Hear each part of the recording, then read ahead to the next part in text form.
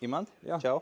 Čau. Pastāstīja vairāk par kluso santehniku. Tas vairāk uz kanalizāciju, ka maina stāvadu, uzliek parasto pelēko caurulu. Kanalizācija iet gravēdami, visi guļ, visi neapmierināti, pareizāk. Ir tāda klusinātā kanalizācija. Melnā krāsā viņa ir tagad pipelaypam. Stiķē kopā speciāli plasmas, lai klusinātu visas skaņas. Viņu var izvilkt arī pa dzīvokli. Ir 50 mm kanalizācijas cauruli, veidgabali 110. Ja gribas klusumu, lai neskan, tad es ieteiktu šito te izmantot. Un tad būs labāks miegs naktīs. Cik šī maksā?